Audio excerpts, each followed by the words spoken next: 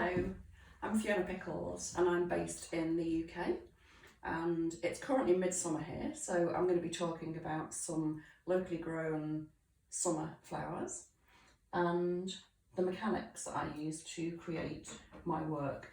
The mechanics is, whilst it's really sort of quite boring for want of a better word, it's so important and can completely transform the thing that you're making. So it's worth spending time on that and really getting that right and making it stable. So this is actually an unwaterproof container, and it's filled with 5 pots. I'll take a picture and we can post that up. It's filled with water and super heavy, so I can't move it.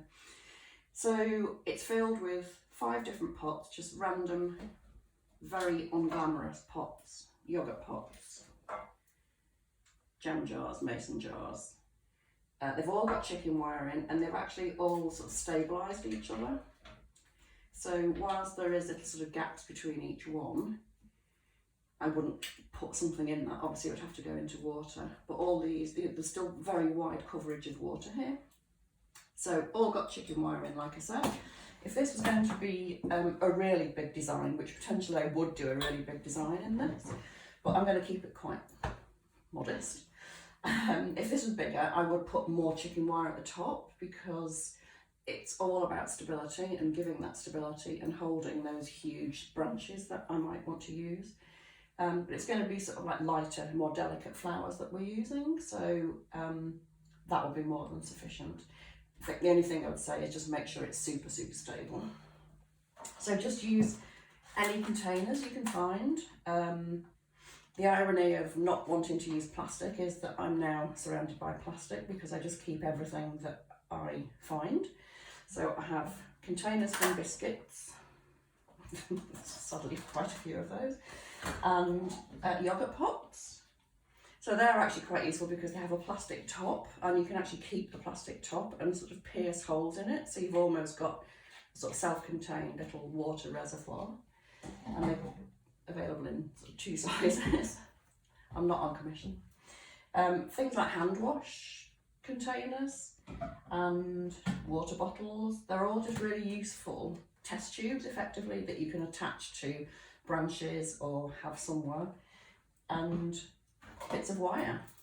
Just use any bits of wire that you can find, so garden wire, electrician's wire, anybody's wire really. It's just anything that will support and hold up the flowers.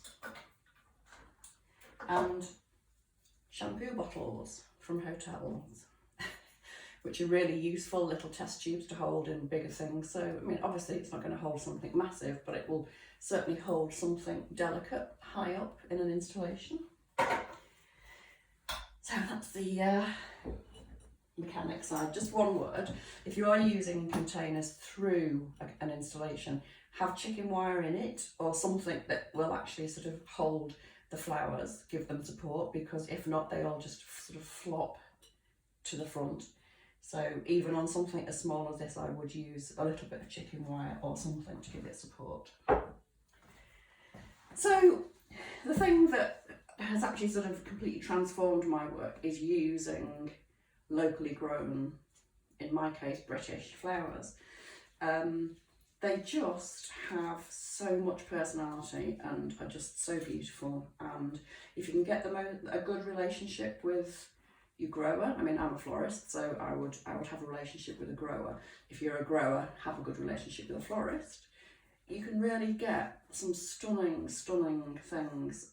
Once you understand each other, that's where the magic happens, because I don't know what they have, but if they know what I like, they can sort of just say, well, I've got this and I know you'll like it, and it makes such a difference.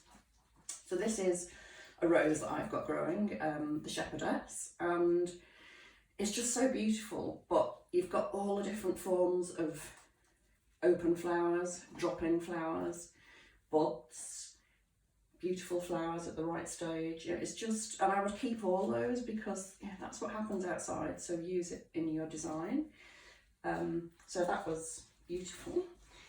I adore the movement you get from locally grown flowers. So the shape just makes such an impact and such a difference. Poppies, it's good poppy time at the moment, so I've had this one for a few days and it's just going, but even that I just think is so beautiful. It's on the verge of collapsing, but there's a beauty in that, and I would put that into a design. So this is amazing grey poppy, and it is amazing. So just such a beautiful flower. And this is Ami Majors. Again, beautiful movement. And this is something that I've literally just picked. It's a poppy from my yard. So I've got a self-sown meadow growing through our drive, which I now have to do about a 28-point turn to get out because these are growing everywhere. But I mean, look at the size of that. That's just stunning. And this is going to make a real beautiful feature. So I'll make this under the whizzy thing and then we'll drop back in and I'll just sort of talk through anything that I think you might find of interest.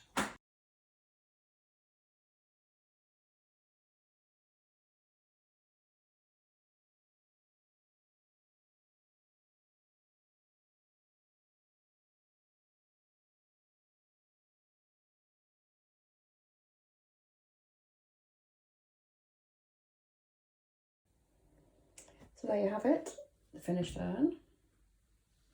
I'll just run you through some of the ingredients and thought processes. So the colour on the face of it might look a bit random, but they do all blend because I'm using colours within all the flowers. So you've got like linking flowers.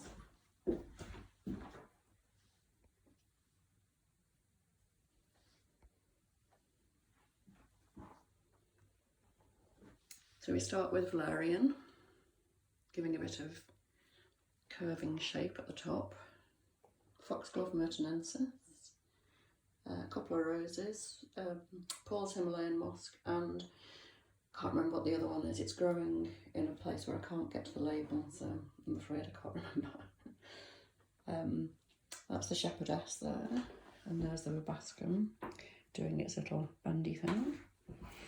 Rose bellepoque, next to more of the shepherdess, and you can see that the poppies actually kind of dropped some of its petals, but I still think that's so utterly beautiful, especially those colours against those heuchera leaves. So that's staying, and that's actually almost one of my favourite parts, ironically. You can see how beautiful that amazing grey is, and then you've got the movement of that rubascum behind. So this is the seed heads of, it's Poppy Sissinghurst White, Papaver somniferum, and this is the Figelas down here. So like I say, the colours don't necessarily all look like they link, but you can see how they all sort of blend.